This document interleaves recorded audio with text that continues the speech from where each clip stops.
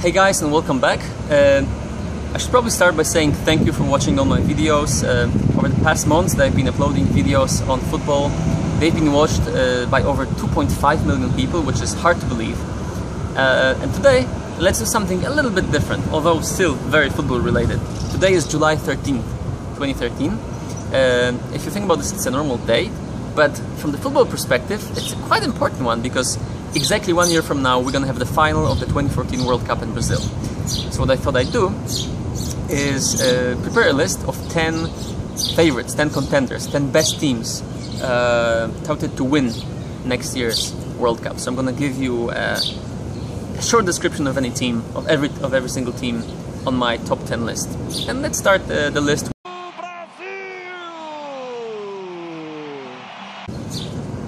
Brazil is of course an automatic favorite for any World Cup historically.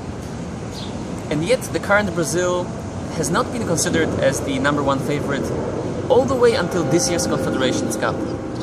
Over there, back home, they played an extremely offensive, attractive football and made great use of one genius they have on their team, which is obviously Neymar.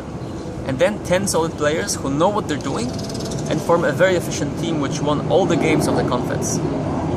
Now, if they replicate this performance next year and withhold a gigantical pressure of their own people in the stands, they have a huge chance to win.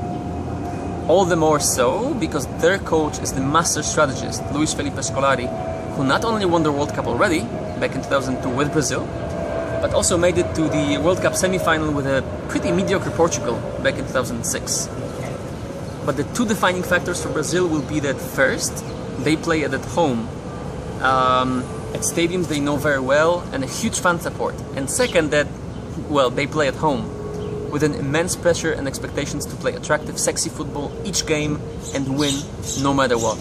So this actually forms their major obstacle at the World Cup, playing at home with pressure. If they can overcome this, they will be huge favorites to win the World Cup. Number 2 on my list, also not surprisingly, is Spain won 3 last major tournaments, 2 European Championships, 1 World Cup. Whatever the recent trauma of the Confederations Cup and a huge loss to Brazil, we cannot forget it's really a half-friendly tournament, kind of a warm-up before the real deal. Therefore, I would say Spain retained their position of the contender #1, well, maybe 1.5. This because with all the amazing generation they have and next generations getting ready to take over, a great deal of performance depends on what the old guard will do. If Xavi can pass as geniusly as usual, and if Iniesta can see as much as before, if Piqué and Ramos and Jordi Alba can, lock the Spanish goal, and then, as always, if Iker Casillas can save them all in dire moments, Spain might defend the title as only 3rd nation in history. But if the genius machine fails in some elements, we might see the end of this chapter and kind of a change of guard, which wouldn't be that bad in the overall balance of the world football. And then my favorite number 3 in this group of biggest favorites to win is, of course, Germany, whose biggest strength next year might actually be frustration. Think about this. Germans as a national team haven't won anything since 1996. Most of us probably don't even remember Euro 96 when they last won. It was 18 years ago. Ever since, not only the national team failed numerous times, but look at the club teams. Borussia won the Champions League in 97, Bayern in 2001, and then they had to wait 12 years for any sort of success on the international stage. And only this year, in a big resurrection of German football, those two teams, Bayern and Borussia, met in the Champions League final at Wembley. So Germans as a nation might finally feel their time has come. This is matched by maturation for many players like Klose, Podolski, Mario Müller, Mario Gomez, and then by the golden age for Mesut Ozil, Sami Khedira, or Bastian Schweinsteiger. All those players have played together for years and under one and the same coach, Joachim Löw, ever since 2008. And also, let's not forget Germany is the ultimate tournament team. They know when to play their full potential and when to take it easier. And they're very good, usually, at tricking their opponents tactically. In the past 10 years, from 2002 to 2012, they failed to reach semi-finals, the medal zone, if you will, only once.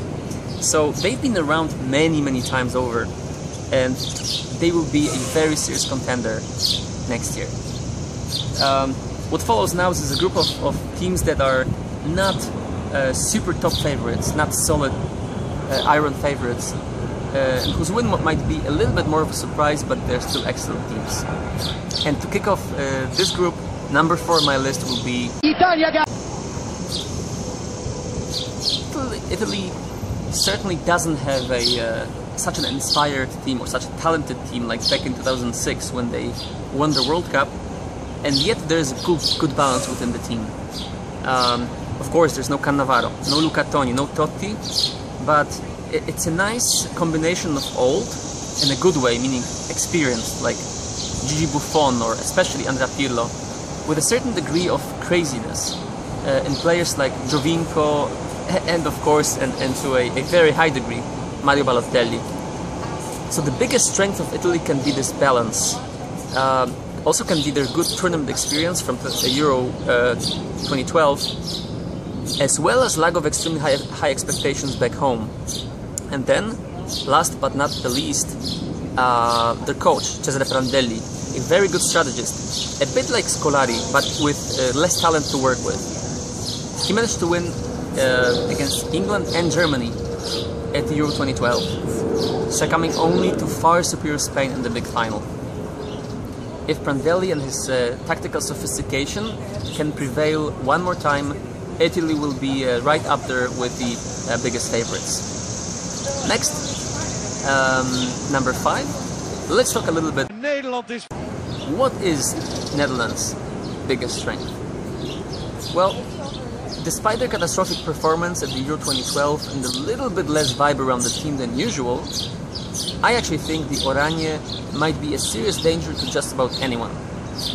They carry a little of this German syndrome, only magnified. Many guys who won a lot with clubs, who have been roaming Europe for years, now face the ultimate mission, almost a generational mission, to withhold the pressure and remove the curse of their national team. Remember, 3 World Cup finals, no victory. Van Persie, Robben, Van der Vaart, Dirk Kuyt, Wesley Sneijder. A generation of amazing players with no final national team success. You never know. If they will be able to motivate themselves for big clashes, like they did against Brazil and against Uruguay back in 2010, they will be serious contenders for the World Cup title. Number 6 on my list is the hosts